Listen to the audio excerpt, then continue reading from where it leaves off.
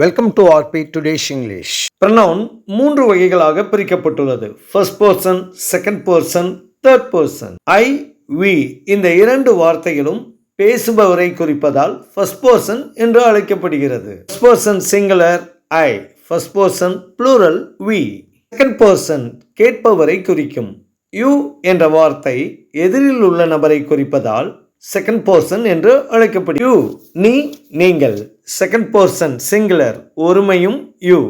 Second person plural பன்மையும் you என்ற வார்த்தை தான். தேர்ட் பர்சன் படற்கை மூன்றாம் நபரையோ பொருளையோ குறிப்பிடக்கூடிய he, she, it, they third person என்று அழைக்கப்படுகிறது. Third person singular he, she, it.